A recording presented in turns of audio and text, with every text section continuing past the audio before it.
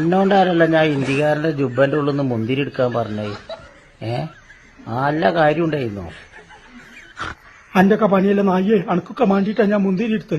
കോടത്തിന്റെ ഉള്ളിൽ കൂറ കുടുങ്ങിയരി ഒന്ന് കഴിച്ചലാക്കിണ്ടോ.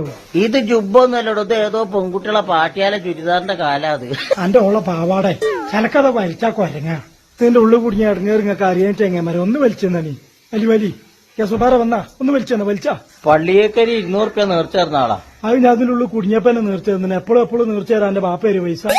ഈ മുന്തിരി ഒക്കെ പാടെ ഒറ്റക്ക് തിന്നയച്ചാട് വണ്ടി പാഞ്ഞ് കേറിയല്ല ജുബന്റെ ഉള്ളില് വാണക്ക്. എന്റെ അവിടെ എന്ത് പണിയങ്ങ വരെ കാട്ടും. നിങ്ങളെ കൂട്ടത്തിലൊരാള് നായ്ക്കള് പോയി കൊടി പൊന്തിക്കണരി പോണ. എന്റെ തന്തന്റെ തല പോണരിയ നായി.